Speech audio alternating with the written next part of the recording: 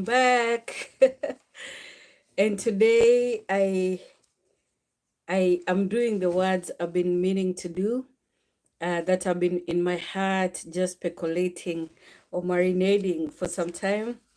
I needed God's direction on some, and some are like they live rent free in my mind.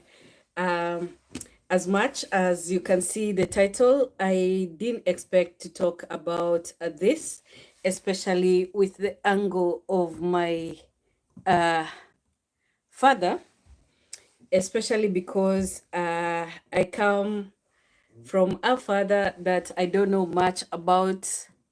Uh, I could know a lot about him. I could find out, but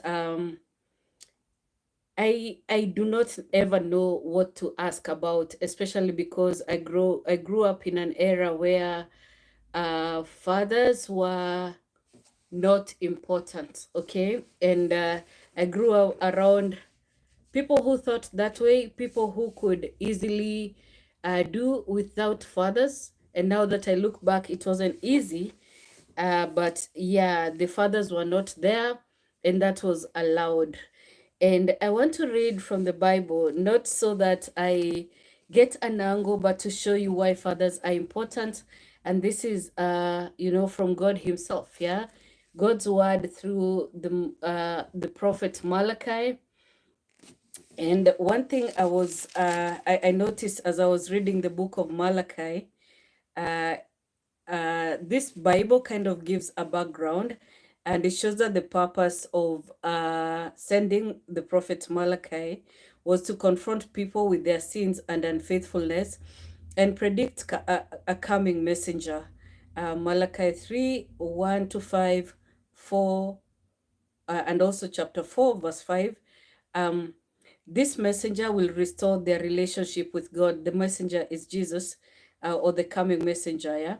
Uh, this messenger will restore their relationship with God, and Malachi stressed having restored and right relationships in marriage between members of the community and with God. Yeah.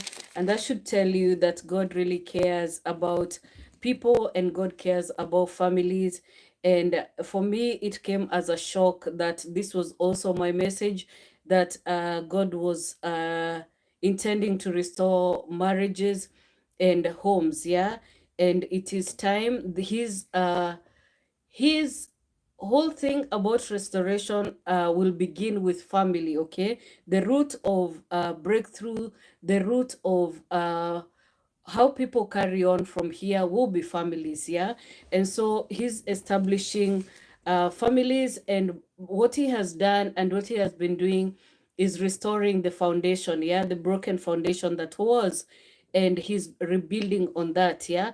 I told you everything that I know about brokenness to restoration is Isaiah 54, yeah?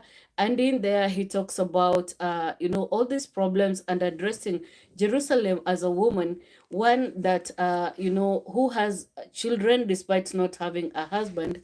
And that means she's been restored and comforted by having children nonetheless, yeah? And she is told to expand her dwelling because many are the children she's going to have than those of the one who has a husband, yeah?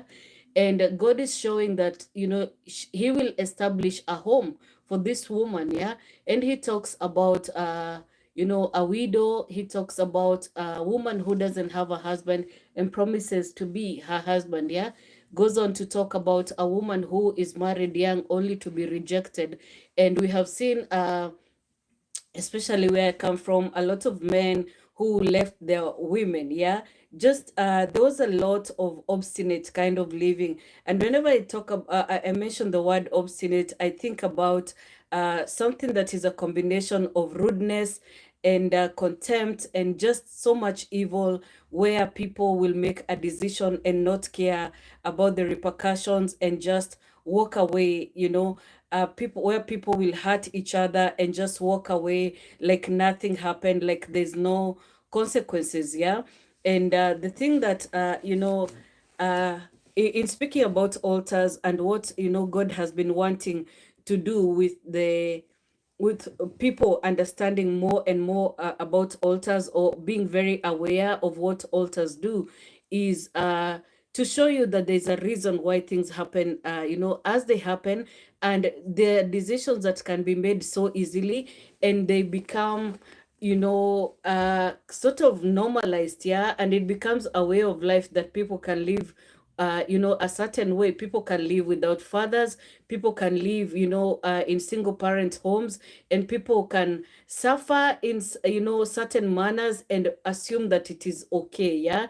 And in fact, we've been so socialized to accept this, such that we found ways to cope with it. Yeah. And I talk about my people and where I am from, my country, because there has been, effects of colonialization. Yeah. Before colonialism, we had our way of lives. Yeah. Our traditions that looked into everything. Yeah. And we used to have the kind of life where, in the community, people would live and contribute according to their gifts. Their gifts would be recognized, yeah, and would be put to good use. And whoever, is in a certain generation operating a certain way, say like you are, you are a craftsman, yeah. The next child that is, noticed to have these abilities would be under your tutelage, yeah. So there would be so much continuity, so much, training among, the gifted people, and even the medicine people, the spiritualists, yeah, would be tutoring the next child that is spotted to have that. Yeah, we were very much, let me say, we were very educated, we were very enlightened people in how, we raised our communities. Yeah. And most homes would have both parents. Yeah. And even though there's some things that we used to do in the African society that would be questionable now, we used to do those things in order to help our community, to raise the family better. Yeah. We were so family oriented. We were so supporting of families, but that all broke down with colonialism and a lot of changes in the environment. That thing of knowing, oh my God, there's another knowledge that we don't know. And as humans, we will always run towards something new, something that enlightens us, yeah, and changes us. And let me tell you, before those things happen, there's so much that goes into such a thing happening. Yeah. Even, new people coming, new knowledge coming in, new gods coming in, new ways of living, just new ways of doing things, something that can corrupt a society, something that can corrupt our traditions, our values, our culture, is very different. With all my travels, I came to one conclusion: people are the same. It's just that the cultures are different. Yeah. And so when you meet people, you realize these people think the same way that I do, but they believe different, and they assume things are different in different parts of the world just because they haven't met each other. Yeah. When I came into the small towns of Canada, and even bigger towns, but I never lived in bigger towns, just passed through, I would meet people, I would meet women, and I would think, oh my God, this is my aunt so and so. Yeah. Or this one acts like my mother, this one acts like my sister. This, they were us. Yeah. I could see their reflection in us. And I've come to see one thing, that you don't meet people that are not you. Yeah, you meet people who, it's like you've had the same experiences. Yeah. And it's like you're mirroring everyone you meet through your own experiences. And that was mind-blowing to see, but also something that I realized when I came to this other world, because I wasn't learning, I wasn't into researching and knowing, world history. But I realized that the same things that happened to the women from where I came from are the same things that happened to the women into the lands, where I was coming to, yeah, or where I came to. And I realized that with the Second World War, a lot of homes were disrupted. Yeah, there used to be this way of life where a man and a woman, get married. It started with marriage, and they would live together with their children. The man was expected to provide a good home. That white picket fence.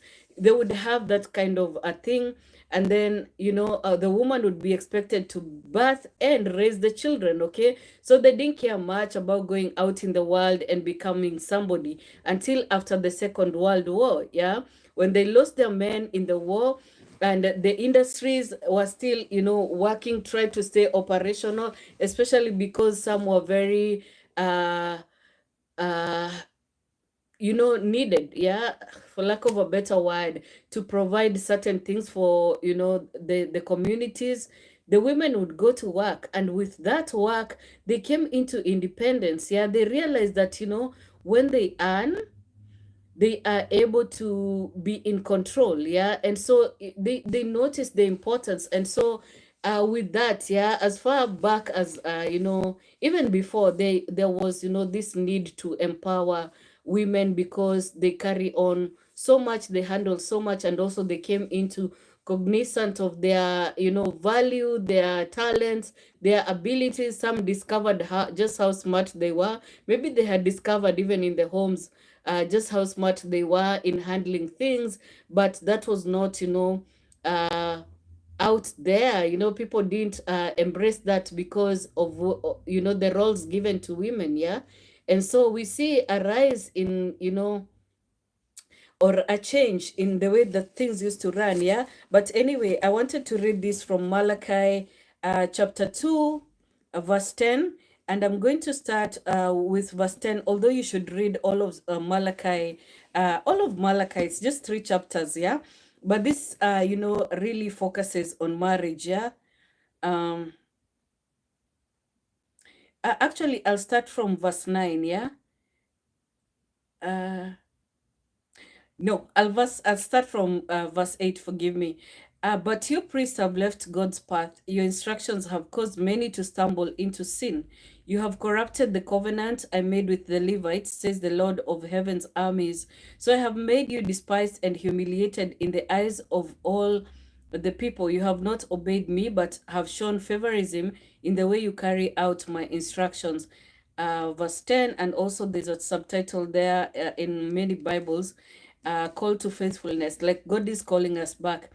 Are we not all children of the same Father? Are we not all created by the same Father, by the same God? Then why do we betray each other, violating the covenant of our ancestors? Judah has been unfaithful, and a detestable thing has been done in Israel and in Jerusalem. The men of Judah have defiled the Lord's beloved sanctuary by marrying women who worship idols. May the Lord cut off from the nation of Israel every last man who has done this and yet brings an offering to the Lord of heaven's armies. And here's another thing that you do. You cover the Lord's altars with tears, weeping and groaning because he pays no attention to your offerings and doesn't accept them with pleasure. You cry out, why doesn't the Lord accept my worship? I'll tell you why. Because the Lord witnessed the vows you and your wife made when you were young, but you have been unfaithful to her, though she remained your faithful partner, the wife of your marriage vows. Didn't the Lord make you one with your wife in body and spirit? You are his. And what does he want? Godly children from your union. So guard your heart and remain loyal to the wife of your youth, for I hate divorce, says the Lord, the God of Israel. To divorce your wife is to overwhelm her with cruelty, says the Lord of heaven's armies. So guard your heart. Do not be unfaithful to your wife. Uh, to your wife. Um, yeah, and I'll continue verse 17. You have wearied the Lord with your words. How have we wearied him? You ask. You have wearied him by saying that all who do evil are good in the Lord's sight, and he is pleased with them. You have wearied him by asking, where is the God of justice? As if people felt like God is not watching, God is no longer there, yeah. So as we can see at this point, there was so much breakdown, in society and everything that was going on. And it's like God was so displeased that he was sending a man to, cause them to be aware of how badly they were doing, and that they were doing, you know, uh, that their worship would not be accepted, even their sacrifice would not be accepted, because they were dealing unjustly with the wives of their youth, yeah. And so this makes me think about my society where I come from, and the fact that we didn't see a lot of fathers growing up, yeah, but we didn't know what we were missing. We just know that our lives were very miserable, okay. A person like me, I used to ask all the time about my father, and whenever I had a moment with my mother, I would ask, where is my father? Like, just tell me if he was killed. Why doesn't he come to see me? Because I felt in my heart there's a reason, like, why he stays away. And if only he knew how much I needed him, you know uh he could come. And also I needed, to make my mother understand that because I need him now, and I'm expressing this, and I have a feeling that my mother would know how to get to him. She could say something to him and just, make him appear. I really needed to meet my father. I really needed to know him. And later I met him for the first time. I was about maybe 9 years. Yes, about 9 years in class four, yeah. And I didn't get to talk to him much. I just saw him and just stared at him the whole time, yeah. And I had heard that we resemble a lot. So it was quite a revelation seeing this guy. I really admired him. I loved the way he was talking. I loved his mannerism, yeah. And so it was just a staring game, just getting to see him. Now, later, I would understand that, he had visited many times, and sometimes he would come and just watch us, in a group of kids as we played. He would just come and watch us, yeah, and just, look at me, see that I'm going, I'm doing okay, yeah. But there was also another reason why he was doing that, but we will come to that, yeah. But anyway, we grew up in a society where women could easily shun men because there had been so much hardship, and also the men were not acting correctly. Our society had been broken down in so many ways. Men, some went to the city, they got this new knowledge, they changed their ways, they were a bit, you know, they were changing, and so they didn't have that. They wanted to know the things that they didn't know. There was an awakening of other things, yeah, that they didn't know, and they felt like they had been caged for a long time. They wanted better, they wanted different, yeah. But coming to my story, this was happening a lot, and that is why it was allowed. It was happening a lot on my side of the country, and people did not value marriage much. There was a lot of kids born out of wedlock, and the men were not staying. Yeah, so a lot of women were raising the children without fathers, and whenever they didn't really understand what the men went through. And they didn't understand that there was so much brokenness, yeah.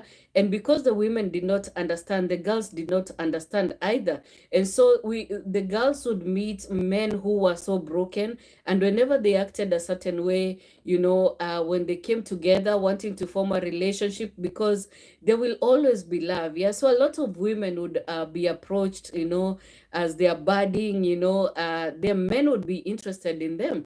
And so the women, on catching some red flags, or just seeing maybe inconsistencies, because these men were not trained in any way, yeah. Our society used to be to train men, but these men were not trained, and so they would act in ways that maybe would have the women discouraged. And also the women were growing, also coming into their own empowerment. They also wanted freedom, and work. They wanted work so they could earn, they could make some money and just take care of business, yeah. So there was not much value placed in relationships, yeah. The value of that was lost as people were living and trying to reach independence, yeah. Independence is always very attractive, I think, because it promises you of things you've not had, yeah.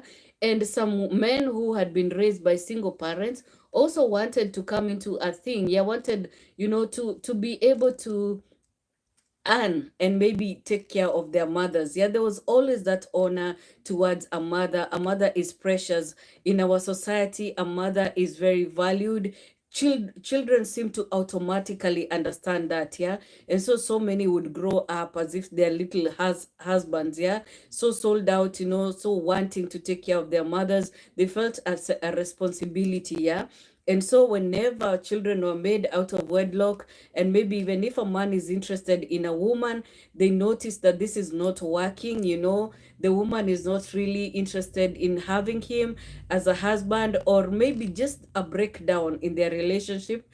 And mothers, we always go to our mothers when things are going wrong. Yeah, the mothers would be like, why are you so focused on this girl when you can do, you can get another, you can always get another, there's always fish in the sea. Yeah, we had all this new language, especially from our colonizers. Yeah, the British, we had this new language where, there's not just one fish in the sea, there are many. Yeah, and so the men would get into that, and that would be normalized. Yeah, they would go to the next girl, whereas in our community it never used to be like that. That would be something very serious that would have, councils sitting and discussing, council of elders discussing this matter. And even if they have to break up, there are some things that would have to be taken care of. Yeah, like there would be even sacrifices made to to make sure that they will not, the repercussions would not affect these people and also their children. Yeah, so that used to be taken care of. Yeah, we had so much knowledge as a people. And anyway, so, and to narrow down to my story, my father was not acting right, and so my mother, let him go. Okay, but what I want to focus on is the importance of a father in a child's life. And a lot of people don't know, because uh hindsight is 2020, right?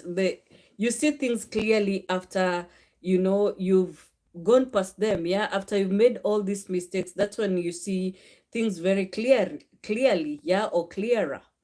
A lot of people did not understand, because it was not a thing among, the people, that the children knew one a thing or another. Yeah, that the children had these desires, innate desires, to know their other parent. Yeah, it was made to be as if the mother is more important, and not to say that the mother isn't. Yeah, but the children really desired their father. They really desired to know him, to know who is my other parent. This is so, it is an innate desire in every child to know their father. Yeah, and to be raised by him, to have him. And in every society, there's always families, full families that we see.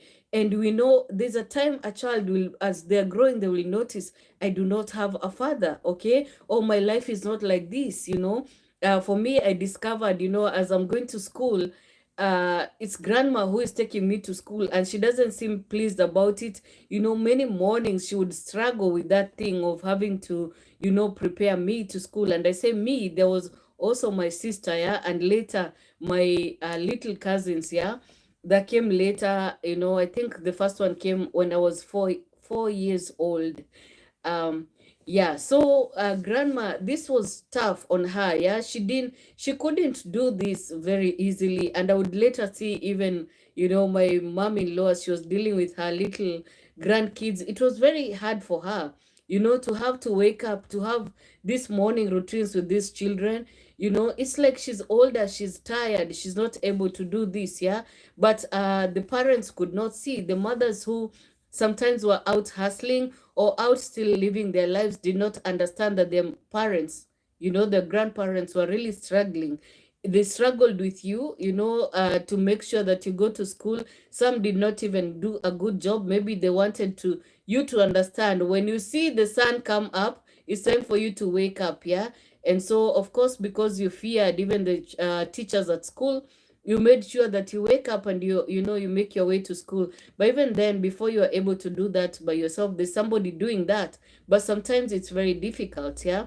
And especially for grandkids, as far as I could see, it was for grandparents, it was very hard, yeah. But then when your eyes open to families that have, both a father and a mother, you really want to understand that dynamic, yeah.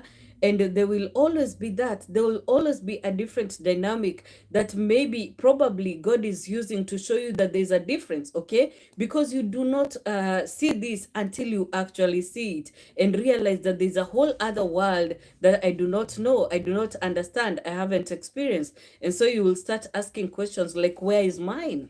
Right? If it's a mother you're lacking, where is my mother? If it's a father, where is my father? Yeah. And you will ask these questions for some time, and then you notice that it's not happening, and then you let it go. Yeah, because some kids never even get to meet their other parent. Yeah. So in that regard, I was very lucky also to see this person, to know them, in as much as I could, and also to know, even to understand where your features come from. Yeah, like, where do my eyes come from? Because as far as you can see up to that point, maybe you relate more with the family that raises you, yeah. So you don't even think about those things until you see this person. For me, when I saw my father, I was like, oh my God, it's true what people say. We really look alike, yeah, in many ways. And I was a kid, but I could feel both the kinship and also feeling like, now I understand my skin. I used to think that, it's my grandmother. I take my, skin from my grandmother because both my mom and my sister are dark, yeah, and also my aunt. Most people would be dark, although there were other, light-skinned members of the family, yeah. But just to know that, you come from somebody, that was actually very healing to me. And so I would move on, right? Like, I didn't care after that. Yeah, I knew I have a father. He can't live with us, but I do have a father, you know. And I can tell you at this point, I saw my dad a total of, at most, if I'm being generous, 14 times. Yeah. Oh my, I don't even think it got to 14, but let's just say 14. The next time I would see my father was when I was older. I was in class 8, yeah. I was just about to sit for my exams, and this meeting was much more important. It was much more revelatory, yeah. And so we got to talk, okay. So, and I think we were talking, and the things that he was saying, he felt like I could understand because I was older, yeah. So he revealed some things, made me understand that he was actually young when he birthed me, and so he had things to pursue. He really intended, to still be there. And he told me that, after my birth is actually when he went to specialize on his course. So I was actually, seeing a person in the family who had actually, pursued maybe, his craft. And though he was pursuing some professional studies, I got to know about also a side of him that had actually caused him to make this visit, yeah. When I was in, I think, class 7, just a year before, I had done, I had gotten into creative writing, yeah. Like, we used to do these compositions or essays, if you will, yeah. And when I was in class 7, I wrote an essay that caught a teacher's eye. And this teacher was so extra. I don't know if it is her nature or maybe that composition was really good. She went ballistic, especially because she had been criticizing me about some things before, like my writing, you're not so neat in some things. But this, she was very passionate, I think, about the Queen's language, yeah. And so reading this composition, she went, "Pff," and she came and read this like, I would not have imagined it's my composition that would be read in front of the class. And so she read it, and she was so dramatic about it, yeah. She noted that, I had punctuated so well, and the story was so moving. And she just read it, and I was so amazed, like, how did I get seen, right? And because I was not among the top 3, there used to be this thing in the streams. We had like 3 streams, yeah. And because I was not among the top 3, always I was in the top 10, yeah. Um, I never really used to be seen, especially they never used to regard me as a really smart child, yeah. There were those smart kids who would even be given duties to like mark exams and all that. And but this teacher fought for me at that point. Yeah, she wanted my composition to be pasted on the whiteboards. And so I think there was like maybe a little problem, because she was like, you guys do not understand, this child has a gift, yeah. And later it was posted. But then with that, I started seeing that, other smart kids, especially the ones that were regarded as smart, never would they go above number 3, yeah. I would notice that their compositions also are being posted. And because we were approaching our last year, it's like the leaders in the school were so keen on these kids. Yeah, it's like they didn't want that disruption. Like, why you bringing a new person?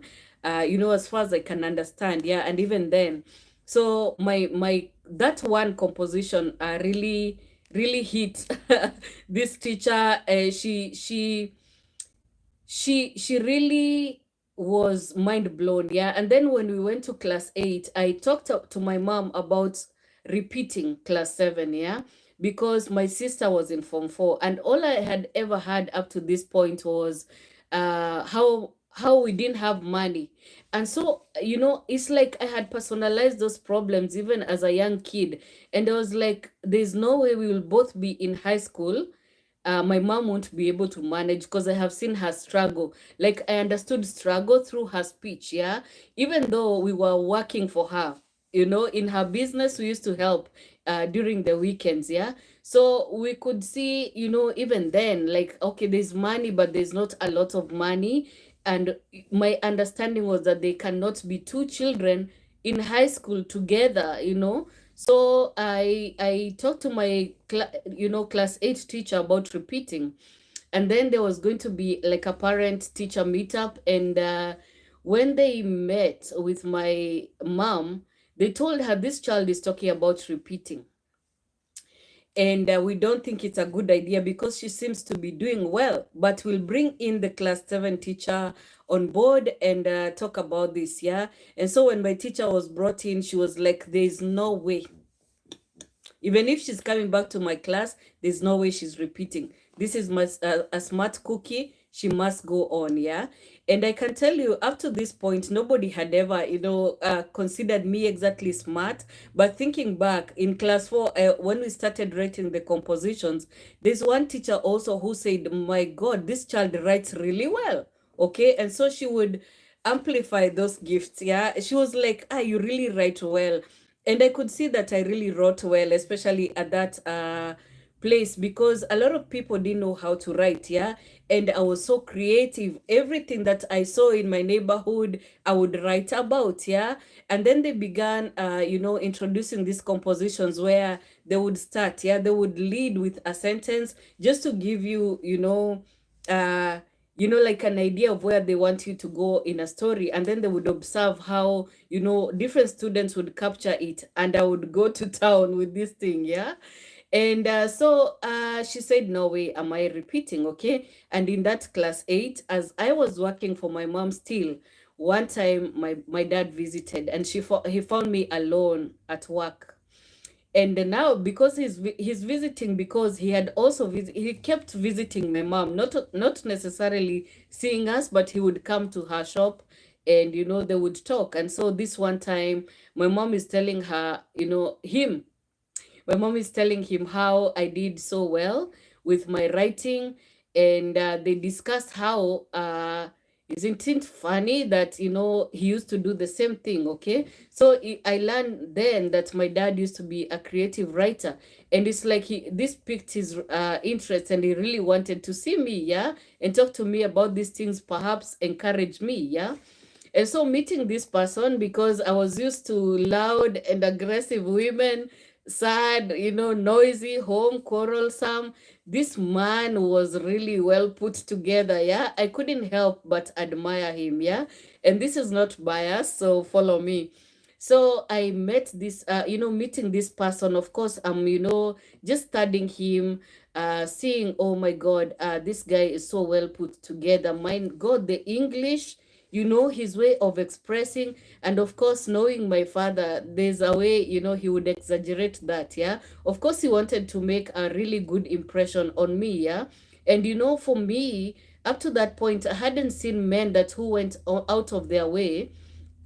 Maybe men were really decent, but and I had met, some decent people, characters around me that teach us different things, like playing guitar. Like, I used to see men in my neighborhood who were given to practicing their you know talents. I think guitar playing, this thing, harmonica.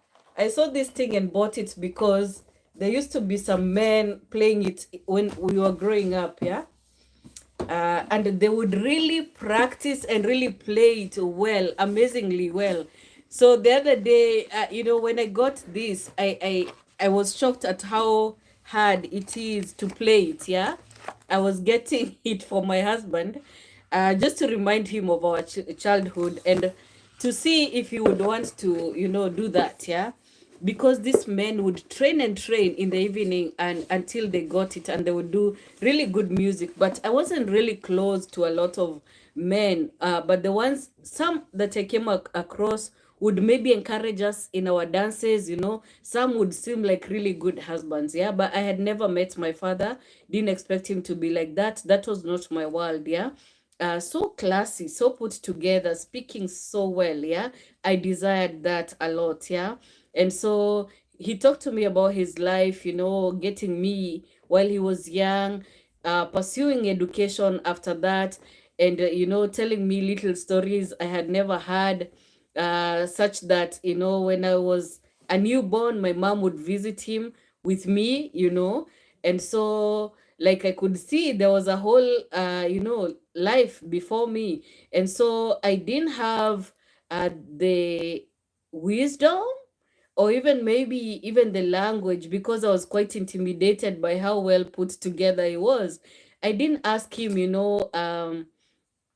what led to their separation, but I think he could see the questions, and he went ahead and, just told me, in a minimalistic way. Like, I don't know where words are today. Yeah, but he told me in like some things that led to that. He told me that my mom refused him. So that story was consistent. Yeah. So he was like, your mom refused me in front of my whole family, and she said she wouldn't marry me. Yeah. So I don't know how bad it was, or how bad his behavior was, or I don't know what led maybe to my mom, rejecting him. Perhaps it was also the divide in the family. Maybe she felt like she didn't measure up, because this was a kind of affluent family. No, the extended family was very affluent, and so my mom knew these people, visited, they knew each other. Yeah, but my dad's family, where he comes from, was not okay, and his mother was struggling, single mother, and I think she even had the same problems that I talk about. Yeah, things I had seen in the family, she would manifest. Yeah, so he did even talk about, you know, oh, hi, no matter Jack, JK. Am I saying it right? I will just say no matter. No matter says, wow, bless you. Bless you too. I found out about my dad on my traditional wedding. Oh my God. Isn't that tough? And sometimes that's when they come around, yeah, just so that they can sell the girl, yeah, especially in our traditional African society. Man, but welcome, no matter, and yeah, listening, karibu. So yeah, so I observing this man, and hearing his stories, some that were, said, it wasn't like long discussions or long explanations, but they gave me sort of a window into my life. Yeah. Yeah, so sad. So he would tell me that, my mom rejected him, and also he didn't say anything about the mom. I would come to understand about this long after, but I didn't ask, and he didn't tell me about his family, but he told me like he has some brothers and I think one sister, I'm guessing, yeah, that I never got to meet. If I ever met anybody from his family, it would be his the family that lived near where my mom had a shop. Yeah.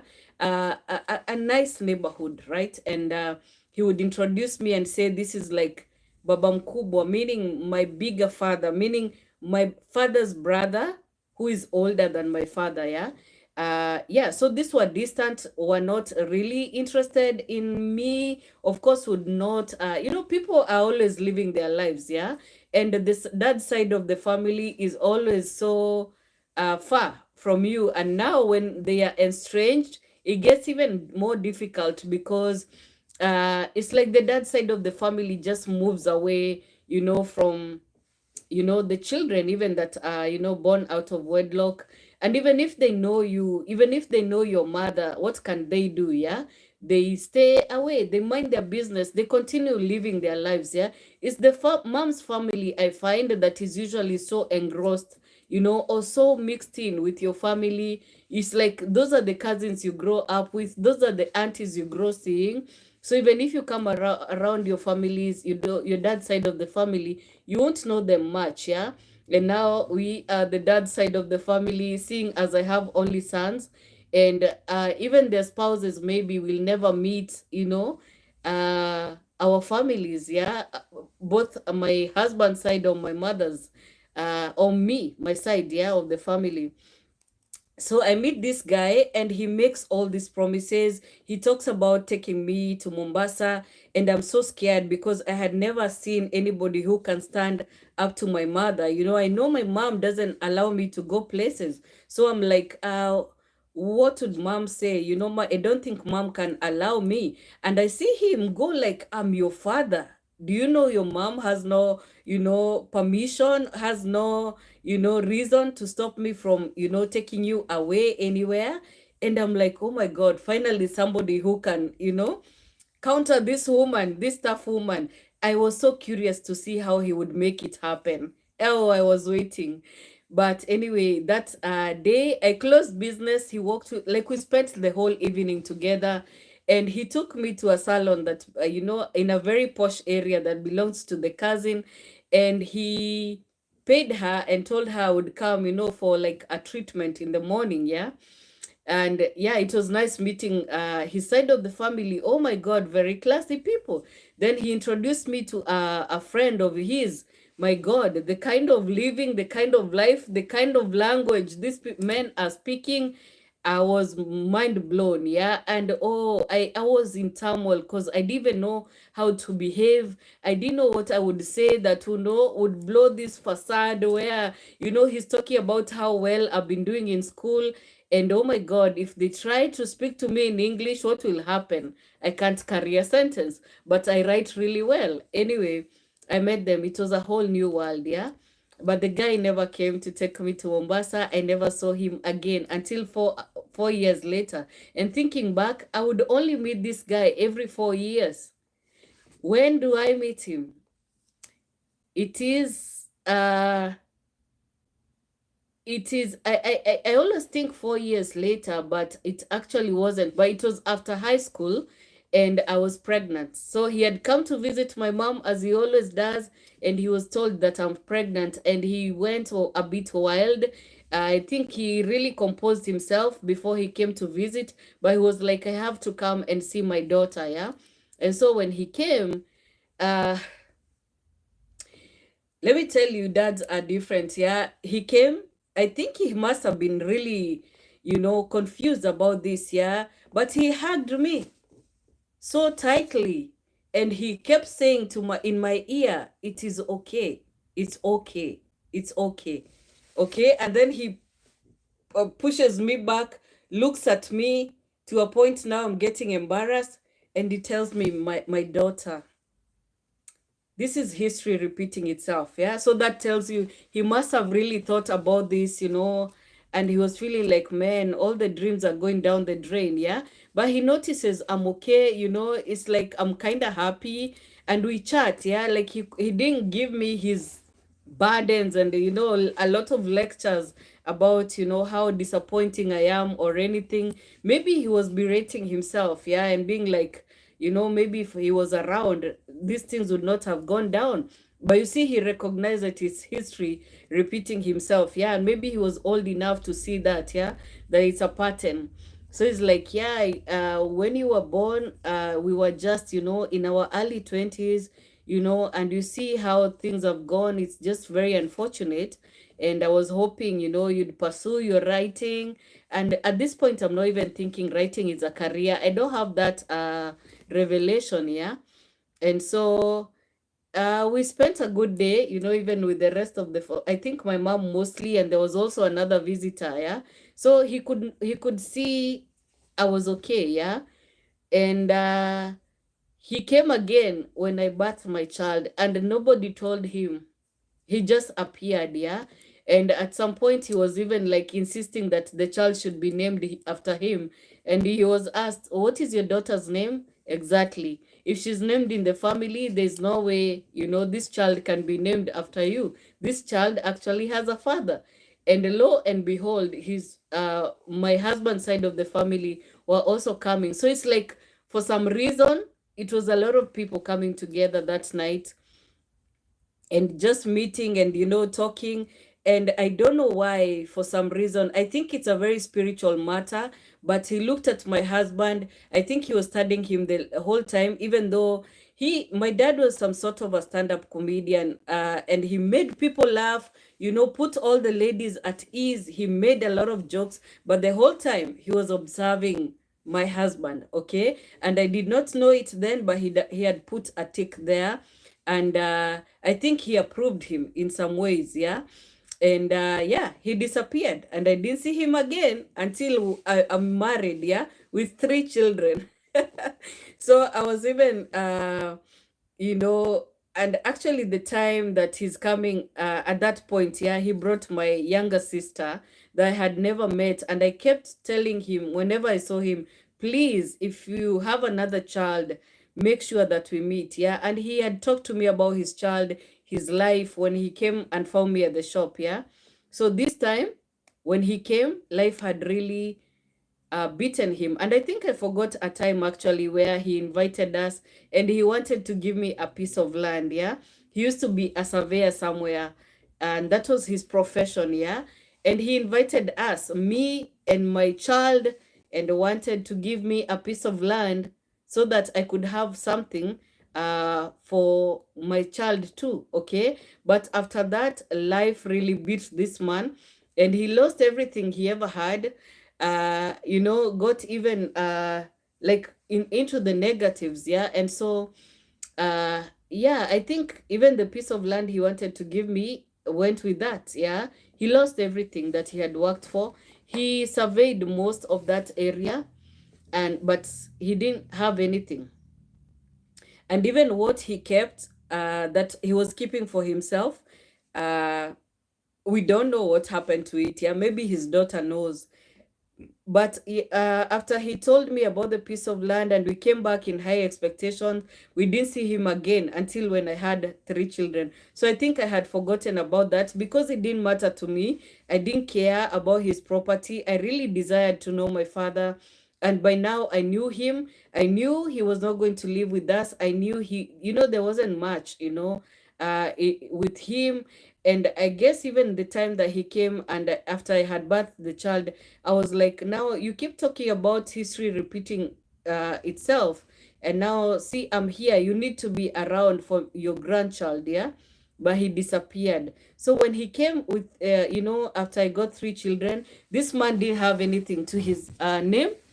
He had failed, so to speak, yeah? Everything, and I didn't know how much, but everything he had ever put his hands on had failed. Now, I had been looking at my mom's side of the family. not knowing that there's another side, okay? And I don't know how this side was affecting me, but it's only now that I realize that God spared me from, having to fight those altars. But I recognize that the family is like that, yeah. So even when, I noticed that I was losing a lot in my life, yeah, if you followed my story, then looking at both sides of the family, I would panic, and God would remind me, this is what I have, ushered you into, yeah. You're fighting this side of the family altars, yeah. And that's, I was spared from fighting his side of the altars because of my name, right? I was not named in his family. And when people ask what's in a name, that, it's everything. Everything is in a name, yeah.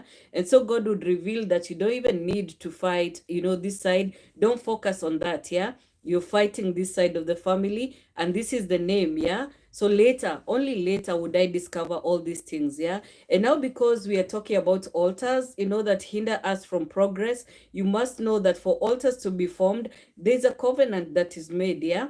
And the covenant that was made against our people, that led to them losing out, even on normal families, those allowed a lot of demons to come into our lives, yeah. And so the kind of life that you are living, that brokenness, not having a father, you missed out on knowing just how important a father is, yeah. A lot of us don't know the importance of a father. It has been revealed to us, perhaps by God's mercy. Through God's mercy, he allowed us to marry men who would act as fathers, yeah, who would be there for their children, and even, be there for us in a way, covering us. Now, that is where we learn the importance of a father, yeah, the importance of a husband at home, yeah. And even with that, with seeing all of that, we don't know that this is such a treasure. We don't know that this is, a great covenant that is binding, that we should keep, yeah. And so whenever things break down, whenever these men are not able to stand in, to be strong as we expect, because everything that we know is delusional. If you never had a father, you don't know that a father sometimes is weak, so to speak. We don't know that they are normal human beings, and that is what we would call weakness, yeah? No, being a normal human being. We expect that fathers are given to vices, yeah. They'll be smoking and drinking and doing all manner of, evil, because they are men. That is what men do in our society. And so when we come across men who are not doing that, we are so confused, and sometimes we are conflicted, and sometimes we don't want that. That is not normal. We are like, no, you are up to no good, yeah. Because if you're this good, especially the fact that when a man is good, you will have to fight a lot of other predators, yeah, who want the same. And also now you start facing the fear of losing him, because you realize that if I'm not a good enough wife, I could lose this man, yeah. That is all we've been socialized to know, okay, that you will lose this man if he's good, okay. And so I was saying the importance of having a father, and we're coming to that angle in marriage. But anyway, for me, I realized that every time, even with everything I told my father, even the worst things that I could master to tell him, because I was really gorging this guy. I was like, really, my horns were out, and I was pushing, yeah. But no matter how I pushed, this man would bless me. Some of the blessings that I see in my life, I see from my father. It is words that my father spoke about. And coming from a family where I knew nothing but curses, like with every sentence, yeah, if you did anything wrong as a child, it's like every thing is a threat. Every sentence is a threat, yeah. And I could see myself, becoming like that as a mother. When you're disciplining your children, you're telling them, if you don't listen, this and this will happen. Like there has to be a bad result, yeah, out of not obeying, And so I know that a lot of women get so spiritual, and even the ones that are in religion, the ones that are in church, you'll see them carrying, on in this manner. They're so easy to cast because of the pain that resides inside, and also the demons that took advantage of you not having a canopy, of you not having a cover, okay. So whenever there's a missing person in the family, that person is actually really missing. If you've ever seen a situation where, you know, people are looking for their missing member of the family, it's a very dire situation, yeah? It's so frustrating, but people normalize, and so it becomes like, you know, this family is set in this manner, yeah? This is a single parent family, okay? So out of our decisions, we find that life is taking a certain kind of shape, yeah? And even when a woman is so strong and able and so ambitious, you know, and even God, you know, blesses them in so many ways, unless they recognize that they need God as a cover, there's so many things that, you know, will lead your children to brokenness, and you might miss it, yeah? A lot of times when single mothers are raising their children, you know, there will be you know, moments when they can't cover these children, when they can't see or say anything good upon their children, yeah? So words will be breaking your children, and you don't know that there's a demon, you know, looking to devour. Okay, so anything you say to your children, you are actually cursing them, and you don't think that it is so serious, but the demons around you are carrying these words, yeah? So you need a two-parent family where, as you curse, yeah, this one will be refuting whatever is said, yeah? This one will be correcting, especially a family that is blessed, yeah? Even when the woman is tired, because we women can get tired, yeah?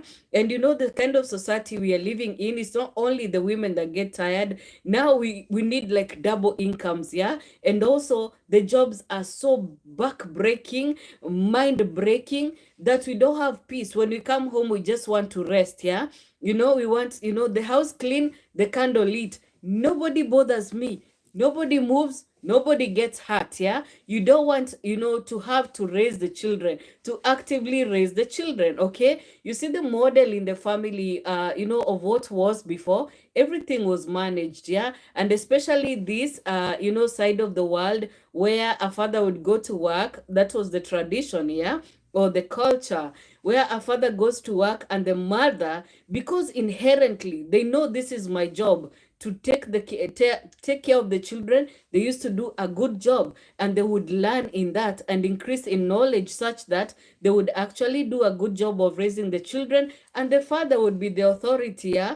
And I know a lot of times, you know, when even that was breaking, and where there was toxicity, you know, mothers would be told, you know, you are an authority too, where you don't have to threaten the child that wait until your father comes, yeah? Because you're delegating, you know, the responsibility or the discipline to the father, yeah? Where, you know, part of you raising these children and disciplining them is understanding and realizing your authority, where your word goes, yeah? It does, you don't have to wait for the father. And so a lot of kids grow up thinking the mother is weak, and you know, when you really look at this, that is where we thought, you know, mothers are supposed to be cocooned, and it's really because it is a spirit, because there's a spirit behind everything, yeah?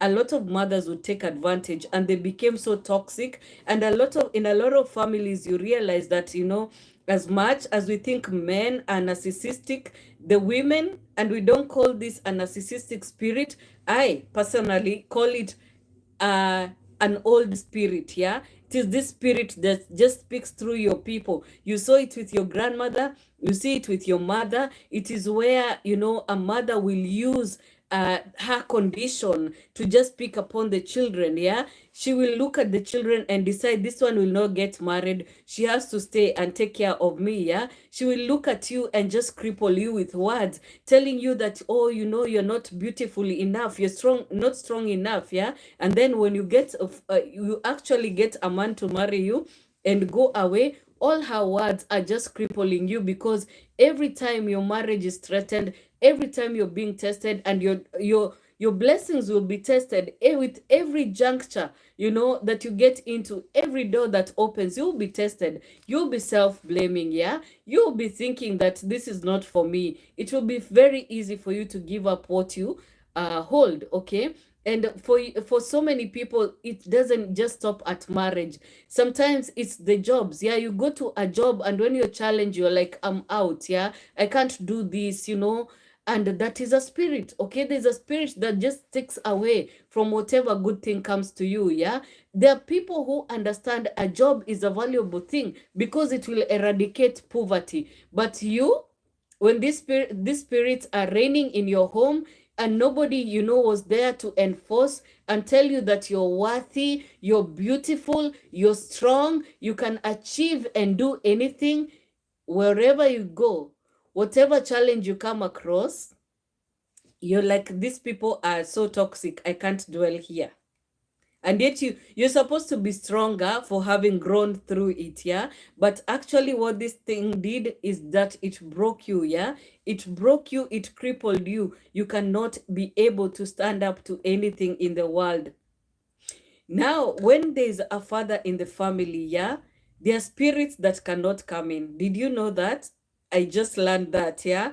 And I think God allowed me to come into this because I realized that, the witches, yeah, that used to be were sharing that in a family that there was a father, they would not attempt to go in, yeah. They would not attempt to try to do their destroying works, especially a family where the father was an actual priest, that he understood, and even when he was not religious or spiritual, he understood his role. And when you really think about it, for you to understand your role as a parent, that is spiritual. That is not revealed to you by man. Okay, that is a whole revelation for you to understand your role, for you to know what to do on a day-to-day, for you to have the revelation when your child is rebuked or even curse words thrown at them, that they're supposed to stand and refute those words. That is a whole revelation. A lot of us take ages before we realize that with every word spoken against us, we can refute. Yeah. So your child is able to access some knowledge, earlier. Your child is able to access some power, earlier. They have, a sound mind. They are able to retrieve what is good and great, yeah? But because there's not this cover, they didn't have this cover growing up, they remember just the curses.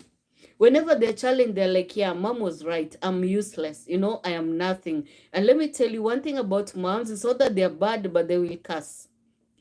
And some of them, because they are so pained, and especially with the afflicted family, your mother can curse you anytime. We have already covered this. Yeah, they feel like so pained, like this child thinks she can do better than me. No way.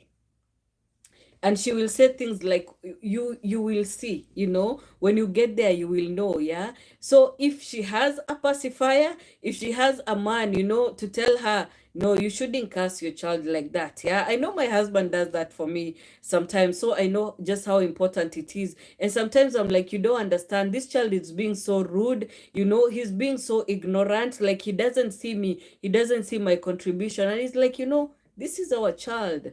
Don't say these things because they will affect this child. Yeah, and they remind you this is this is manifesting as a weakness, but it's an actual power. Your words have power. Without somebody to remind you, you actually say these things and then you watch to see them happen. And let me tell you, the demons will surely run with these words. Yeah, and let me tell you, because you do not have love towards your child and you don't think that this is serious, it will not be revealed to you just how serious your words are, yeah, until you see them in action. And even then, you won't admit that it is you who is causing your child to fail, okay? And so later, when I met my stepmom and her daughter, this I think was God's plan, because my stepmom would talk to me, because she was the one now married and living with my father. She's the one who encountered his mother, my father's mother. And this woman was so broken and she used to say anything, okay? And so I realized the brokenness in this family. And I realized that even by my father not being in my life often, he was fighting demons, yeah? And he understood just how broken he was, yeah? He couldn't be there all the time because maybe he couldn't stand, all the challenges that come with it. Yeah, but also he was committed in another family and he could see also, the brokenness there, because it was revealed. One thing marriage will do, will reveal your weaknesses. Yeah, so even if a man is trying to stand with his wife, he will be told You know, this wife will highlight his weaknesses. She will say things that, you know, he never expected would come out of his love's mouth. You know, this woman will test him because, not because she's supposed to do this, but she also doesn't have that kind of training. Yeah. It's only later that we come into the kind of training where you're told, speak into the king in your man. Okay. Don't just call out his weaknesses, call his strength. Yeah, if you've ever seen anything, you know, and even the Bible tells us whatever is good, you know, whatever is favorable, whatever is fair to say, think on these things. You know, all these good things are the ones that we should meditate on. Yeah, but when we are angry, as the female parent, we say the worst things ever that you can say to someone, especially when we think that you can just go and you will succeed where you go. When you think, I can do bad by myself, you know, I won't bother with this man. Yeah. And so nobody tells you how enduring you will have to be in this marriage. Nobody tells you that, you know, the fight is not even yours. But all you have to do sometimes is stand in that place. Yeah. Nobody is asking you to fight this man yourself. You're not being asked to fight this battle by yourself. God has you. Okay. And he's watching his word to, you know, perform it or to establish it. Yeah. Uh, yeah, so whenever we think that, you know, God is not even in this thing, especially afflicted family that started, you know, on the wrong foot, we think that, and I've given my story, so you already know, we think that, you know, we have already failed by not, you know, taking our guidance from God. Yeah. And we think because God was not in the beginning of this, then I cannot succeed. I need to just leave. But whenever we leave, and even the people who started well, yeah, Philippians 4:8, even the people who started well can sometimes doubt that marriage is what it's cut out to be. Because at some points, you know, we feel like we are better than this. We feel like we should have more rest. We should have more money. We should be rolling like the Joneses. And whenever you're frustrated about how your marriage is not working, who do you blame? Your partner. Okay. And so at times, you know, from my experience, I've seen that men do not think that you're the problem, that you're the one who is not a blessing. Until later they decide, no, this is a monster. Yeah, maybe you're the one who is standing between me and my blessings, especially when they see, you know, that things are not getting better. You're always complaining. At some point, with all your complaints, it gets to a point where your opponent looks at you and thinks, you know, you've been saying that I'm the problem. Well, I've been here trying. I actually think you're the problem. Okay, so just the thought that, you know, the witches confessed that they could not attack the homes where there was a man acting in his fatherly capacity, acting in his husband capacity, you know, that they could not attack those homes. They could not access. It makes you think, yeah. And so we see a father as, you know, a really good cover for his children, yeah. And I can tell you, and I am glad to say, you know, to be at this point where I understand that that is actually possible. It's not just stories I hear. I have seen, you know,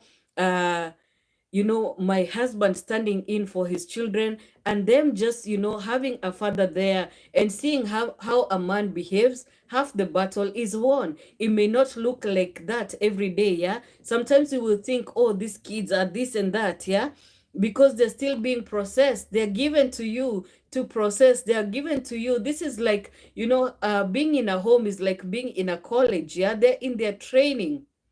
They get to see how fathers, you know, act.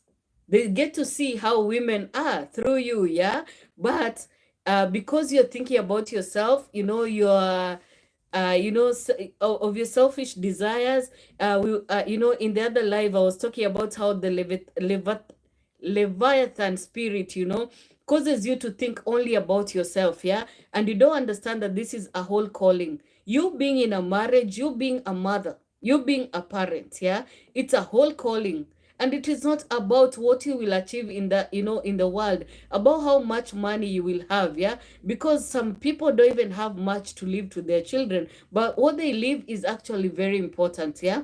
It's a heritage, a godly heritage, yeah, where people know actually what to do, where people know what to do when, the devil raises havoc among you, you know when storms come against you, yeah, you know that the Lord will raise a standard. You know how to stand when all the storms beat you, yeah. You have a word, you have a vision for your family. It's things that money can't buy, yeah. But this money gives us some kind of power that is, addictive. That is what we want. We want to stand in our power. We cannot submit, one to another. It's not just given to women to submit. It is submission one to another, okay? According to Ephesians 5, yeah, so we submit to one another. It is not just the women submitting, yeah?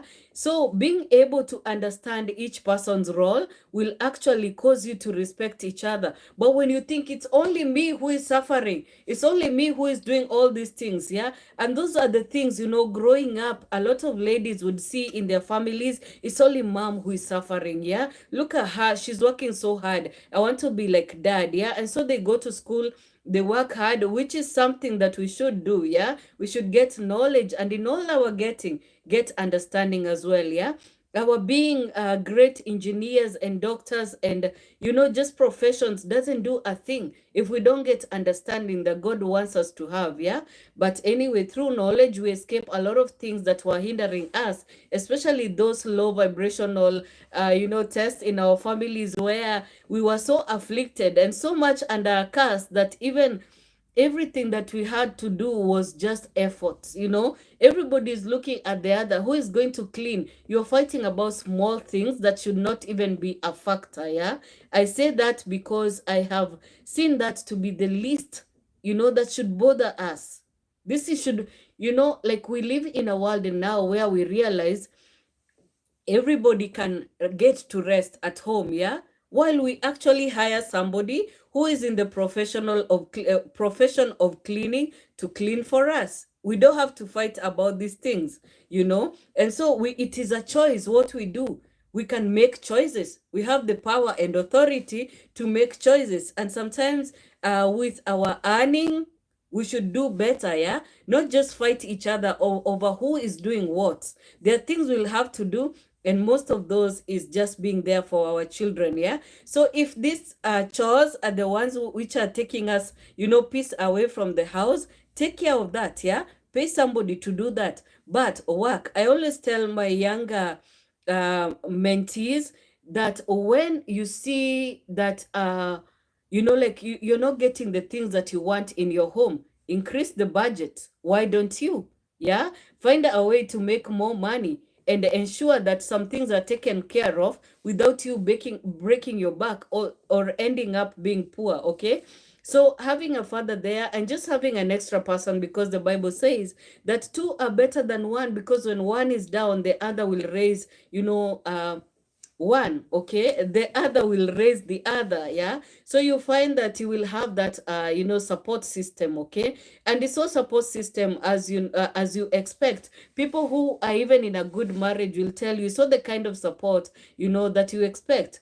You could be sharing a bed, you could be sharing every waking moment over your discussions, over your dinner discussions, and still you won't be able to carry each other's burden, yeah, because things will come to you, temptations great and mighty, yeah. People will be going through different things, yeah. One parent could be facing, the aging and imagine, eventual death of a parent, yeah. As much as you mourn their parent, you will never be able to understand how much it hurts, yeah, and what each person is having to endure. Hi, Ajile. See, instant smile on my face. Ajile is saying yes, two are better than one. Welcome, buddy. Thank you so much for tuning in. So you see that Hi. You see that, this is so important to just have another person lifting you up, yeah, and comforting you. And let me tell you, though we don't see the stages of marriage, there will be a time where even the children will leave. Do you know some people hold on enough for just the children to leave and then they divorce? Because they're like, you are so mean, you are so crazy, you are treating me this way, and you became so heavy on me. I've done my part, we've raised children. They understand, that they were needed to be like two parents, yeah, in the home. And in some homes, when a parent believes that and yet they still abuse, the children will be like, you know what, mom, you don't have to stay. Okay, you can leave, we will be okay. It is more harmful for you to stay in a dysfunctional marriage, yeah. And so I always say, to whom it is given to understand that this is not working and you can break up, do. If you you see that you are married to the perfect person, to whom you are given to divorce, how can I structure that better? Do you know there are people you are marrying only, like they're the perfect people to be able to divorce? Like you will do life together, you will even get children together, but this person will be so they will be so set up in a way that you'll be like, yeah, this is the only thing to do. And by divorcing them, you're actually breaking a cycle where people stayed in abuse. Okay. I can't believe I'm doing this, but I have a cuticle that is just pointing out. So there are people that God will even give you strength. Though you've done this thing with them, you know, you're supposed to break up with, okay? So break that cycle. And that is why this thing is not new with us, yeah? Whenever issues arose in the Israelites, with the Israelites, yeah? You see, in the law of Moses, people were allowed to give a decree of divorce because you could marry somebody who is totally crazy. That is not a death, marriage should not be a death sentence. Yeah. So, but when we divorce, now this is where the caveat is. Well, this is where what we need to keep in mind, because a lot of times we will divorce for some reasons and we don't do that, with the guiding of God. And then when we come out, we are like, okay, now it's getting lonely. And if we are being very honest, now we are getting dry spells. Because sometimes we stay, there are people who are like calm with their self. Let us reason together. I don't want to sin, but if I leave this marriage, perhaps you're just staying for that, yeah, and the dry spells hit me, I'll sin. No, you can actually prevail over that, because whenever things break down, whether they be marriage, whether it be your career, whether it be your life, as you know it, this is the trajectory I'm supposed to take, or the path, yeah, and then you find that it's not working that way. What are we supposed to do? Go under God's cover immediately. So when we see that our life is not working as it should, we need to turn to God, yeah. Again, Isaiah 54, and this is where you see that God teaches us to depend on him. And even when things happen, because there's nothing you can prevent, so we have to understand that this thing, whatever we do, even keeping a marriage, keeping even a job, no, whatever we can keep, yeah, whatever is given to us, even as a gift, because sometimes your job is your gift. This is the thing that raises you, raises your family, yeah. Whatever is given to you that is helping you, in your life, that gives you, ease in your life, that is your gift. That's the gift God is giving you. There are people who have marriages, but it's the most difficult thing they have ever had to do, yeah, or to endure. And sometimes God is calling you to endure, because by enduring, you're actually breaking chains, yeah. And there are people who the marriage seems to be, like everything else is working, yeah, but there's something in this marriage and they feel like they're being called to separate with this person, especially if they're taking you away from godly worship, okay? Because the whole idea of marriage and, raising children in a marriage is about raising a godly offspring, yeah? still God can cause you to raise a godly offspring even without being in a marriage, because when this thing broke, when your relationship broke, where did you run? To the Father, okay? Or when God knows that, you know, these relationships that you're in, even marriages are breaking because of witchcraft, because of something that is caused, you know, by somebody else, by another party, by demons, yeah?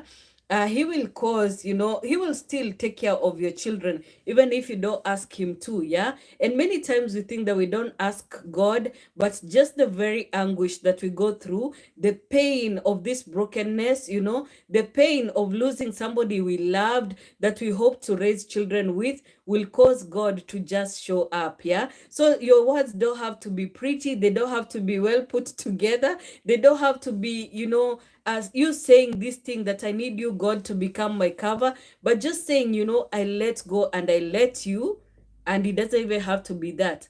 Just your tears, yeah, that mourning a thing shows that you understand how deep, you know, this thing was, how, you know, like it had some meaning to you, yeah. And you, anything that is causing you pain when you're a child of God, they will pay, okay? It may hurt you, it may break you, but God is coming to restore you, yeah. And he will restore, you know, reveal everything, yeah. So you know, God will not allow anything to harm you, yeah. And that is why you see God fighting for you, especially when a marriage is afflicted by witchcraft, yeah. He will let it fall, he will let everything break, so they think they're winning, yeah. And then as you turn to God, you know, because there's a set time where even despite your mourning and despite your, you know, sometimes when things break, we are like, you know, I'm stronger than this, I'm not going to mourn, I'm just going to move on, yeah. In fact, I feel rested, I feel like it's good that it happened, and yet this was God's will for you, and yet it was not caused by the two of you, yeah, but by somebody else, you know. Or as in these families, yeah, as they're doing, you know, the thing in their generation, as they're living, going from generation to generation, and there's an anti-marriage, you know, uh spirit or anti-marriage curse. God works that thing out himself, yeah. And so he will fight for you even if you don't ask. You just think in this family people don't marry, you know, and yet God has been watching as the fathers are taken away, yeah. Some fathers really desire to take care of their children, but they see this woman will reject him, yeah. Or this just something that will happen to break this marriage, you know. Or, you know, sometimes when people cheat, men or women alike, and when they are asked, you know, when this thing is discovered and they are asked, what caused you to do this? Why? How could you do this to me? And they say the devil. You think it's lies. It's the devil. But, you know, the devil will leave you alone when you're losing, because you'll stand on your own. The devil doesn't come with you to your defense. God does, yeah? So when God, you know, sees this thing and how it was caused to happen, and even if you know, you're supposed to overcome, you're supposed to fight, yeah, you're supposed to, because the precepts are inside you even when you're not you know, even when you're not aware. That is why we should practice, but even when you're not, yeah.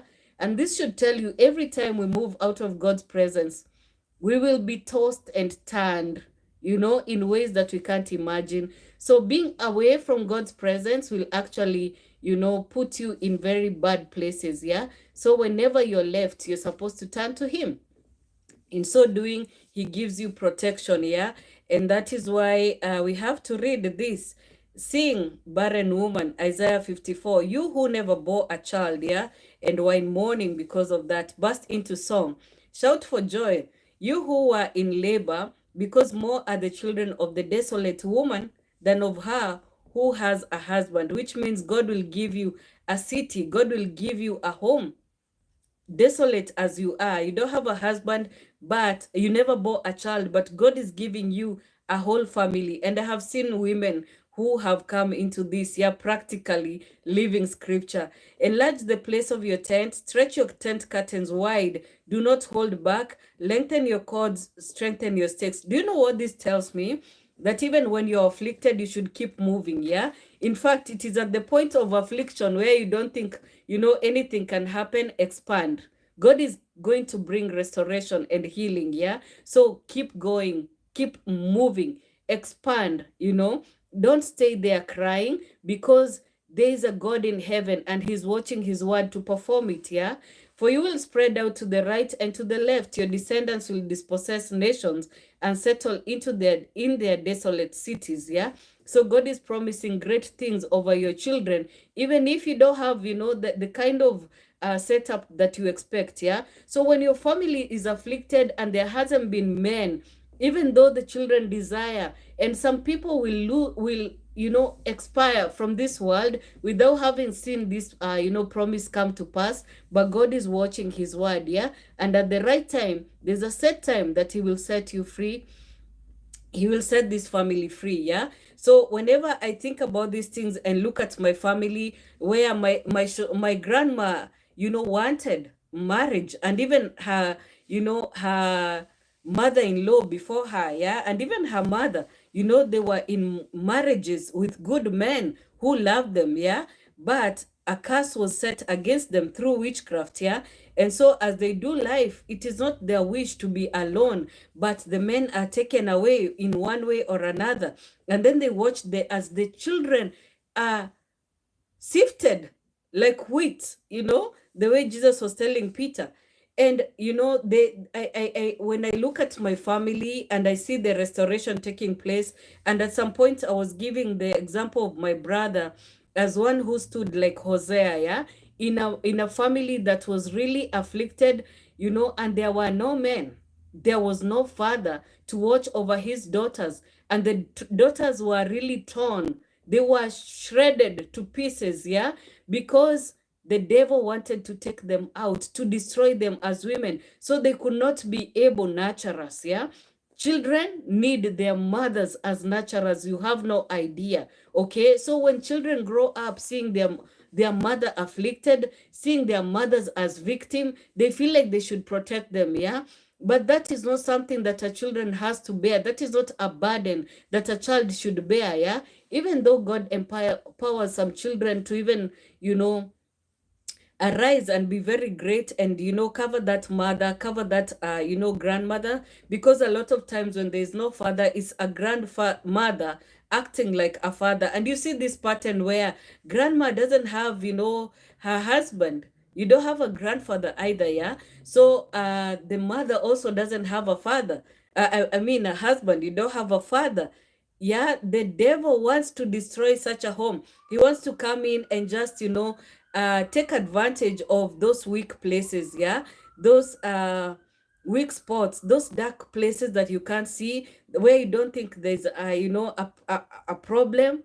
The demons are hiding there, and they really take advantage, yeah. So we need, even when we are broken, we need to invite the Spirit of the Lord in our homes, because he will shine light where in those dark places. That is how you see your mistakes, yeah. Sometimes we live life without thinking you're doing anything wrong, okay? When you're left, ideally you're single, right? So you should get engaged to other people. You should be searching, yeah, you should be looking for a better man, because you're like, still life goes on.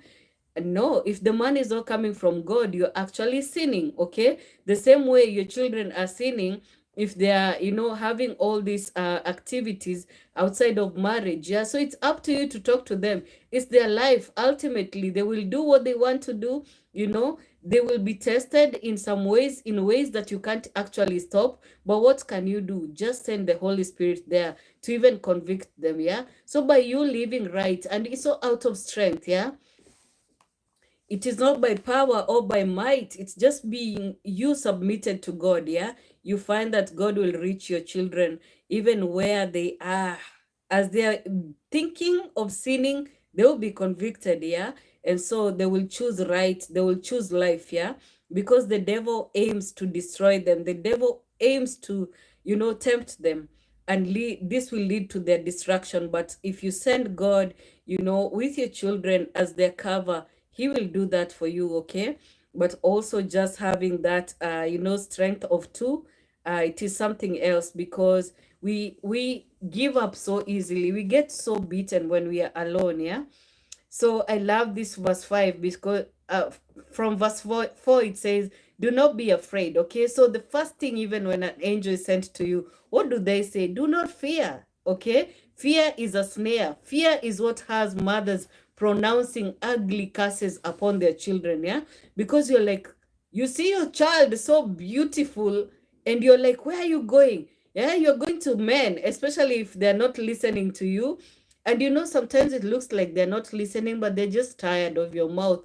They're like, oh no, mom, don't, don't talk to me like that. I don't know why you're thinking these things. And you're like, oh, you think we don't know what you're doing? You really don't know sometimes.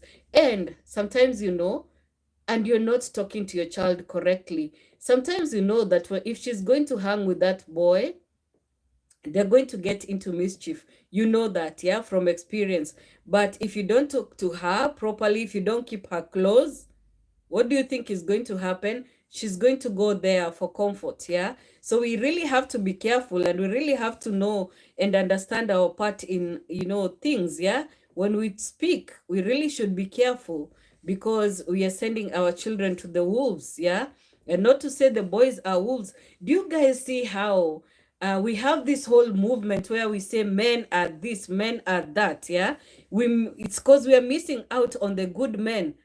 There are good men, and the Bible says that none shall lack a mate. Yeah, God intends to give you good men, and God has given you good men, but you don't see, because now the spirit in you is like taking over, because your husband doesn't talk much, your husband doesn't lead this home.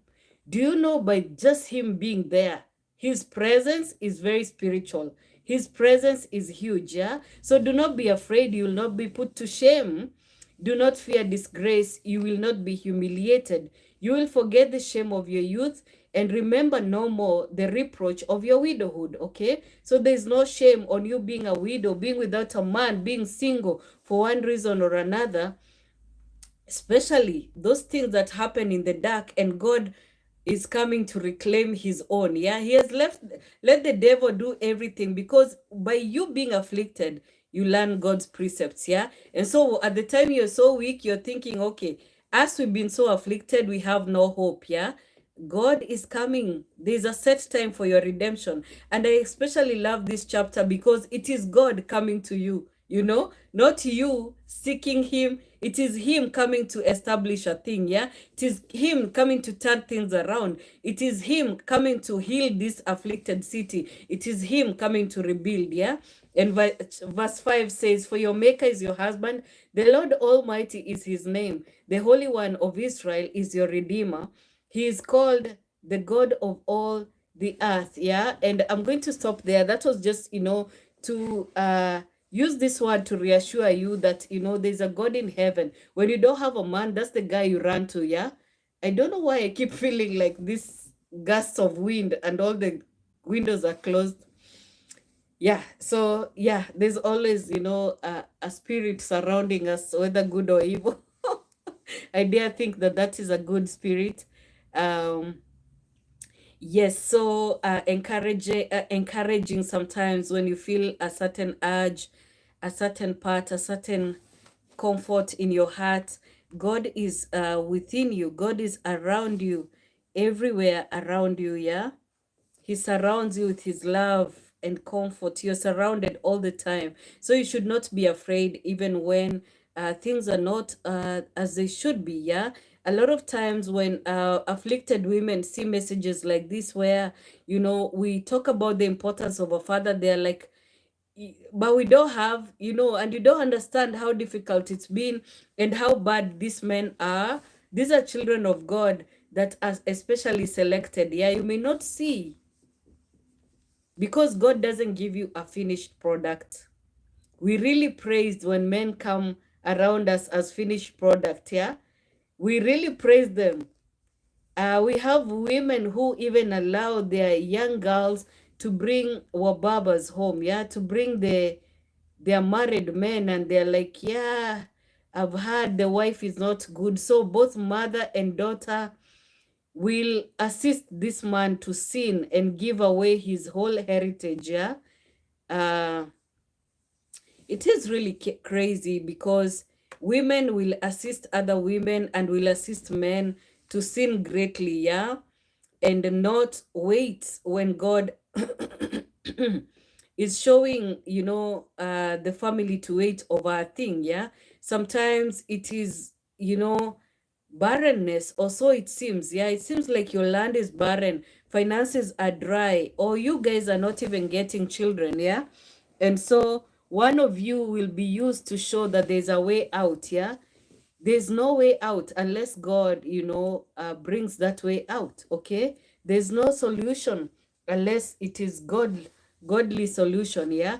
But when your land is torn, when you've gotten into all these things, yeah, when you're torn up, God will, speak a thing. So I was sharing my story to say my father never cursed me, even when I was cursing him. Even when I was complaining, and when I look at his background, there was nothing that fashioned this man to be, he could have cast, because he had faced a lot of adversity. He had lost a lot of the things that he came into. He wanted to be a great, he wanted to be a very sophisticated man. He taught himself a lot of things, including speech. He was a very well-spoken man. He was given to his craft, yeah. He used to write amazing plays, yeah. And he would take my mother along to watch, and she used to say she would be moved to tears, to laughter. He was very comical, but also knew how to move people with his written words, yeah. uh but the devil chose, and he could, because there were open doors in his family. His family also was under a curse, yeah. So both families being like that, yeah, you will see a lot of brokenness, yeah. But God, along the way, he knows who to choose to bring settlement in this family, whether it is in part or in totality, yeah. So I've shared a lot about my family. If you haven't, please watch other videos. They will guide you into, they will show you, a glimpse of, what our family has been like, what the marriages there have been like, and also how God is resettling us, because he intends to. And as are being resettled, it is my duty also to be open about even the spirit. So the live I did before was about showing you what kind of spirits creep in, yeah. These are creepers, yeah. You don't even know when it's happening. You're actually seated in your righteousness. You're thinking that I'm so righteous, I've gotten rid of all this and I know how to fight, yeah. But they creep in and they stay even in your belly. You don't know when you're feeling so upset, yeah. You're like, oh my God, you people make me nauseated. It's all those children that are making you nauseated, yeah. It is, the demons that have not been purged yet. Yeah? And that is why God orders deliverance in different stages of your life. Shall we stop there, guys? I've really spoken today, and I think this is, a deep message, especially to women who feel like they should give up on their marriage because it doesn't seem like it's giving. It's not giving. That is such a Gen Z thing. I love how Gen Zs are, yeah, and how they express. Yeah, so it's not giving and you want to give up. A righteous man, a kingdom man, is only known in the process, especially because of where you're coming from, what brought you together. It could be still the altars. They thought by bringing this one here and bringing this one here and putting them together, they will surely destroy themselves. But God had another plan, yeah. And the devil never knows when God is coming. Yeah, we can observe and say, oh, in this fourth generation, God really, is coming through. The devil knows that too, and he comes to destroy, yeah. I told you, in my family, in what was happening in the fourth generation was people meeting their men, their spouses, but it wouldn't last, yeah. And because of the brokenness in the fourth generation, where we are supposed to, be approaching rest, God made, the devil went into the fifth generation, but he didn't know that he had lost even in this fourth generation, yeah, because by attacking us, yeah, and we got into early parenthood, still we were hidden. You know, that is what God used to hide us. Yeah. The thing that the devil was using to destroy us is what God used, you know, because all things, he will use all things, the good, the bad, the ugly, to turn things around for, you know, the people that he's actually setting free. Yeah. So, yeah, in the fifth generation, history seems to be repeating. But me, no matter what I see, by faith, you know, not by sight, but by faith, I know we are already redeemed, yeah? And there's going to be amazing stories that endures throughout the generations. It doesn't matter what the devil tries to do. He shall not, you know, pull us back, yeah? He may try, it may seem like it's failing, but no, I decree and declare that we are free. Our family is free, and so is yours, yeah? So, guys, let me stop there. I'll see you on the next one, you know? And I pray for you guys. I pray for me. Let's pray for each other and just believe that God is going to do, to resettle us, yeah? He has already done it, yeah? He's just resettling us and giving us a new land, okay? It shall not be as it has been. Some of you will be relocated, but whatever happens, yeah, just remember to keep his precepts, yeah? And remember, it's at the point of victory that you're most vulnerable. I used to hear this, and I never used to understand. That is where the devil is watching to, you know, retaliate, yeah? Because you have gotten the elusive thing, the thing that he was using to fight you, the thing that he was using, you know, he was stealing from, you know. God has, you know, highlighted this. God has brought it into the light. Now you know.